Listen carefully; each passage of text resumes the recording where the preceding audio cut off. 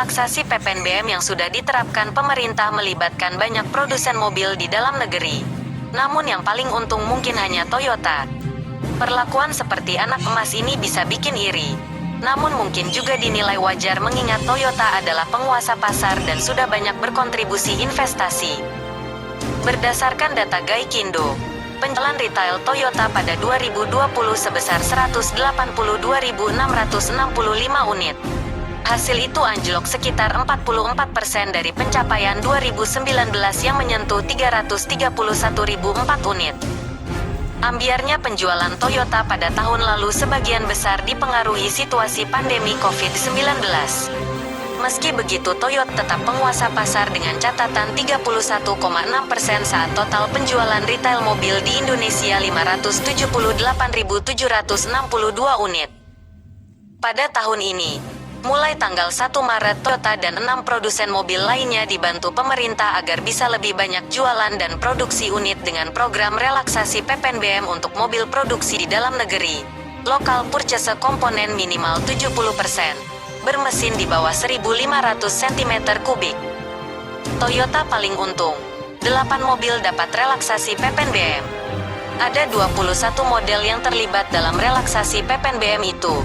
6 diantaranya merek Toyota, yakni Vios, Yaris, Avanza, Rush, Sienta, dan Rise. Iskandar Simorangkir, Deputi Bidang Koordinasi Ekonomi Makro dan Keuangan Kemenko Perekonomian, menjelaskan, hasil total penjualan mobil semua merek pada Maret bisa naik hingga 140,8% karena relaksasi PPNBM. Berdasarkan data tanggal 21 Maret itu 8.894 unit pembelian mobil dan diperkirakan Maret sendiri ini saja akan meningkat menjadi 29.774 unit yang dibanding Februari hanya 12.365 unit, kata dia. Pemerintah menilai relaksasi PPNBM itu positif buat industri otomotif di dalam negeri dan baik untuk pemulihan ekonomi. Kemudian relaksasi PPNBM diperluas untuk mobil 1,501 sampai 2,500 cm3 produksi dalam negeri dengan lokal purchase komponen minimal 60% yang akan dimulai pada April. Pemerintah sejauh ini belum merilis mobil mana saja yang mendapatkan insentif perluasan relaksasi PPNBM. Namun yang kemungkinan besar masuk adalah Toyota Fortuner dan Innova. Honda Prospect Motor yang memproduksi Harvey 1.8L dan CR-V serta Mitsubishi Indonesia yang memproduksi Pajero Sport belum menyatakan secara resmi keterlibatannya dalam perluasan relaksasi PPNBM. Dua program relaksasi PPNBM membuat total 8 mobil Toyota mendapatkan keuntungan dari pemerintah. Jumlah ini terbanyak dibanding merek lain.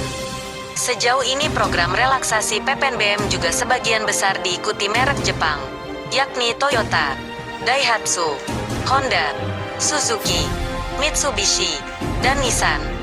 Cuma ada satu perwakilan merek China, yakni Wuling. Daftar lengkap harga 21 mobil yang dapat diskon PPNBM. Siapa paling untung? Pengamat otomotif Bebin Juwana menilai penerapan kebijakan dan syarat yang ditetapkan pemerintah terkait PPNBM belum merata. Malah kata dia cenderung memihak merek-merek besar terutama Toyota. Bebin bilang hal ini berkaca kriteria relaksasi PPNBM yang ditetapkan pemerintah membuat mobil Toyota paling banyak yang memenuhi syarat. Jadi sudah jelas siapa yang paling untung, kata Bebin saat dihubungi Jumat, 26/3. Bebin juga menjelaskan kriteria relaksasi PPNBM cenderung menyesuaikan kondisi mobil-mobil produksi Toyota di tanah air, terutama soal kandungan lokal. Ya memang ini sangat kelihatan siapa yang mengajukan, dan dibuat kriteria yang memang menguntungkan. Jadi ngepas-ngepasin.